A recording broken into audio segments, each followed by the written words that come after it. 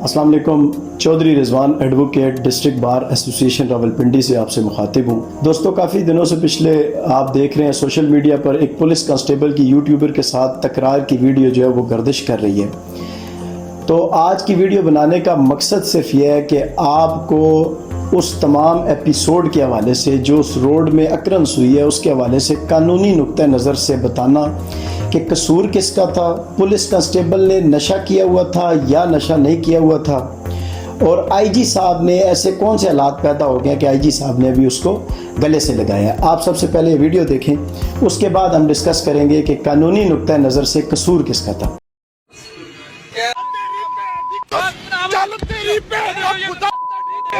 Video बना ये देखे नाज़रीन, ये देखे इसने ये बंदा जो है नेम प्लेट भी नहीं है और इसकी नंबर प्लेट भी नहीं है। किसकी सर इसका चलान करें शाहिद साहब, इसको रोके, ये गाड़ी चलाना, देखे इसको रोके।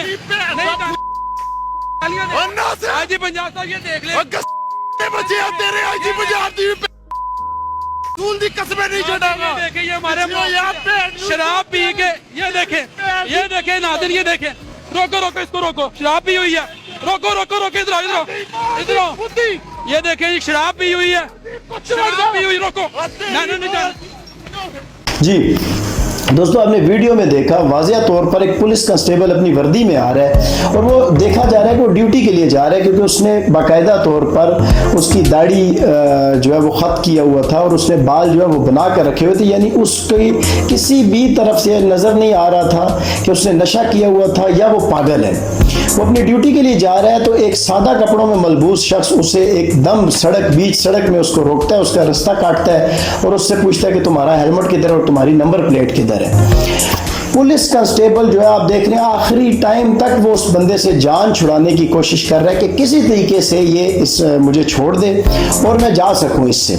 लेकिन वो यूट्यूबर जो है या जो भी वो शख्स है जो सादा कपड़ों में है, उसकी वर्दी को हाथ डाल रहा है, उसको बार बार पकड़ रहा है और उसे एग्रेसिव कर रहा है मजीद, और बार बार उसके सामने जो है आईजी साहब का 2 से 3 दफ़ा उसने नाम लिया ताकि वो एक दफ़ा गाली दिए वो बार बार गाली उसको दे। अब मैं आपको कानूनी पॉइंट ऑफ व्यू से ये बात समझाने की कोशिश करता हूं कि इस तमाम तर सिनेरियो में जो 1 से 1.5 मिनट की इनकी वो वीडियो वायरल हुई थी उसमें कसूर किसका है।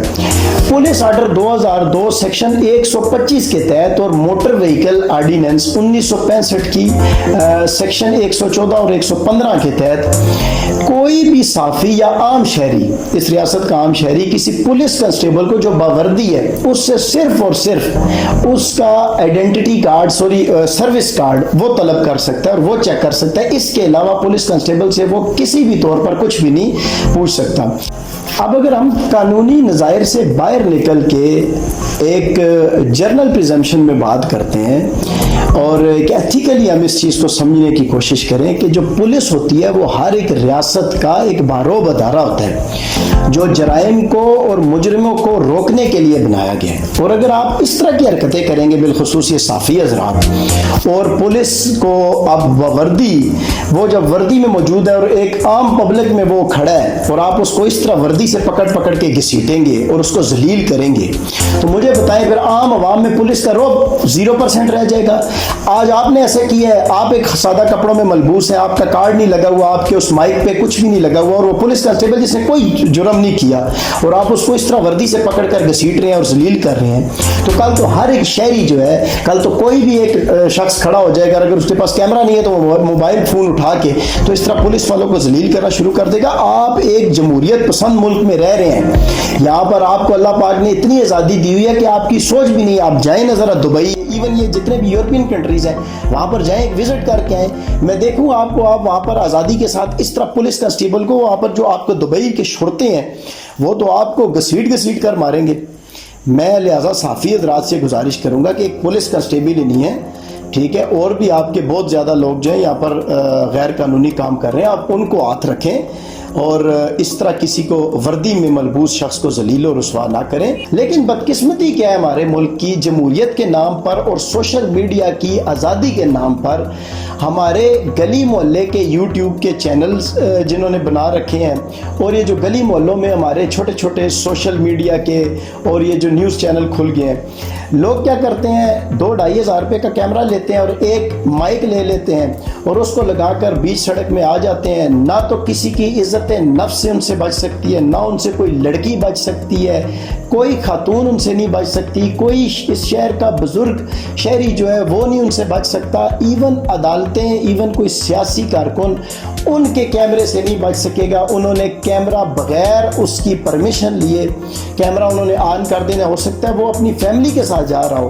लेकिन इन्होंने अपनी सोशल मीडिया की रेटिंग बढ़ाने के लिए उस शख्स की इज़्ज़त नफ्स जो है वो दांव पे लगा देनी है और उसको बदनाम करवा देना। अब थोड़ी देर के लिए ये सोचें कि अगर ये पुलिस कांस्टेबल जो है वो आगे से रिएक्ट ना करता तो आप क्या समझते हैं इसने ये वीडियो वायरल ना करनी थी? इसने फिर भी इस वीडियो को जो है फेसबुक पे और अपने चैनल पे अपलोड करना था। क्या लिख के कि देखिए जी पुलिस कांस्टेबल है, वो बावर्दी होकर उसने नंबर प्लेट भी नहीं लगाई हुई और हेलमेट भी नहीं लगाया हुआ।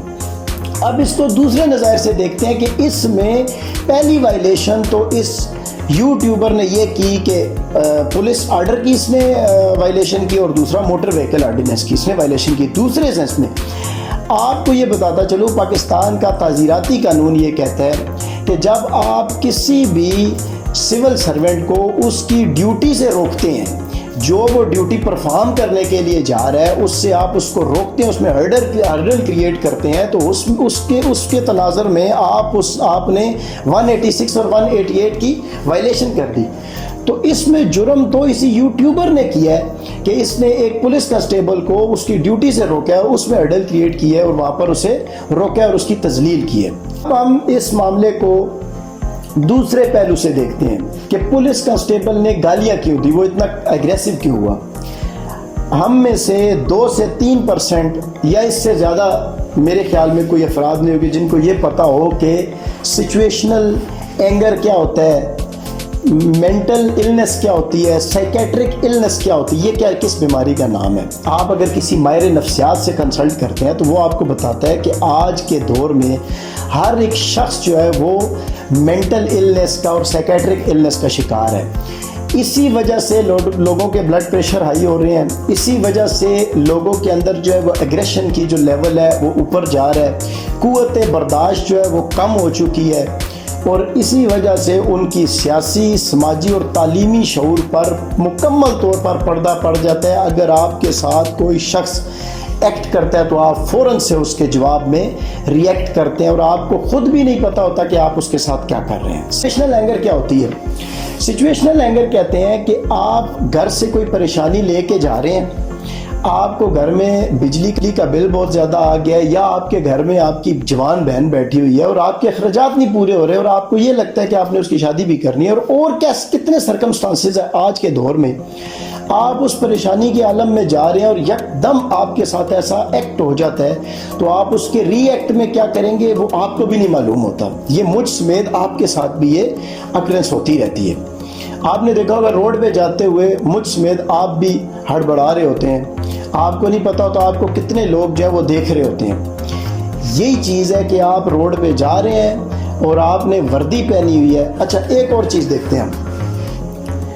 अब फ़र्ज़ करें आपको अल्लाह पाक ने एक ओहदा दिया हुआ है, आप डॉक्टर हैं, इंजीनियर हैं या मेरी तरह वकील है और आपने वर्दी पहनी हुई है। आप रोड पे जा रहे हैं और आपने हेलमेट नहीं पहना हुआ या आपके मोटरसाइकिल की जो है वो नंबर प्लेट नहीं है। आप खुद सोचें, बावर्दी होकर आप रोड पे जा रहे हैं और आपको कोई एक सिविल शख्स जो है वो आपको रोकता है और यकदम आपकी बाइक 50 बंदों के बीच में खड़ा होकर आपको कहता है कि आपको शर्म आनी चाहिए, आपने नंबर प्लेट नहीं लगाई हुई, आपने हेलमेट नहीं लगाया हुआ।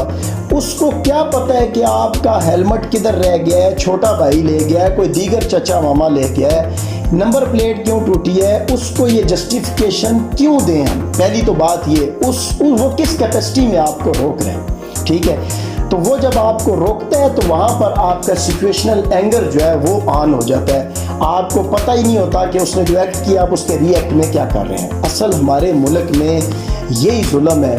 फिर आप एक और वीडियो देखें जिसमें उस पुलिस कांस्टेबल को है जो वो आईजी साहब गले के साथ लगा रहे हैं। धूप में तुझसे ठंडक, सर्द में तुझसे राहत। जी आपने देखा इस पुलिस कांस्टेबल ने बीच सड़क में आईजी साहब को कितनी कितनी खुराफात और गालियां दी, लेकिन उसके बावजूद आईजी साहब ने इस शख्स को गले के साथ क्यों लगाया और इसको अपने ऑफिस में बुलाकर इज्जत और रिस्पेक्ट क्यों दी? क्योंकि ये एक पढ़ा लिखा इंसान है।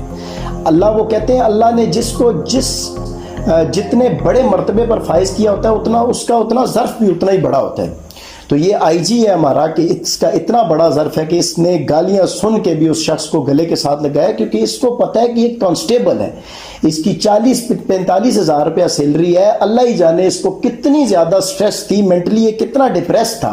और ये घर से आ रहा था तो रास्ते में वो वीडियो में वाज़ह नज़र भी आ रहा है कि वो शख्स इसके साथ ज्यादती कर रहा है। वो इससे पुलिस कांस्टेबल यूट्यूबर से जान छुड़ाने की कोशिश करता है और वो मौके का फ़ायदा उठाते हुए आवाम के इकट्ठ में जो है उसको बार बार रोकता है, उसकी वर्दी को हाथ डालता है। तो आईजी इतना पागल नहीं है, वो एक पढ़ा लिखा इंसान है। उसको गले के साथ इसने इसीलिए लगाया, उसने इसको इसकी परेशानी को समझा कि एक पुलिस कांस्टेबल की कितनी परेशानियां हो सकती हैं। वो घर से चलता है तो उसे ये नहीं पता होता कि मैंने 24 घंटे ड्यूटी करनी है या 3 दिन मैंने ड्यूटी लगातार करनी है, एक ही वर्दी में मैंने रहना है, ना खाने का पता ना पीने का पता, और उसके बावजूद अपने सीनियर से भी गालियां सुननी और आवाम के से भी जो है वो तंज का और इस चीज़ों का सामना करना है। तो आईजी साहब ने उसको इसी वजह से गले से लगाया।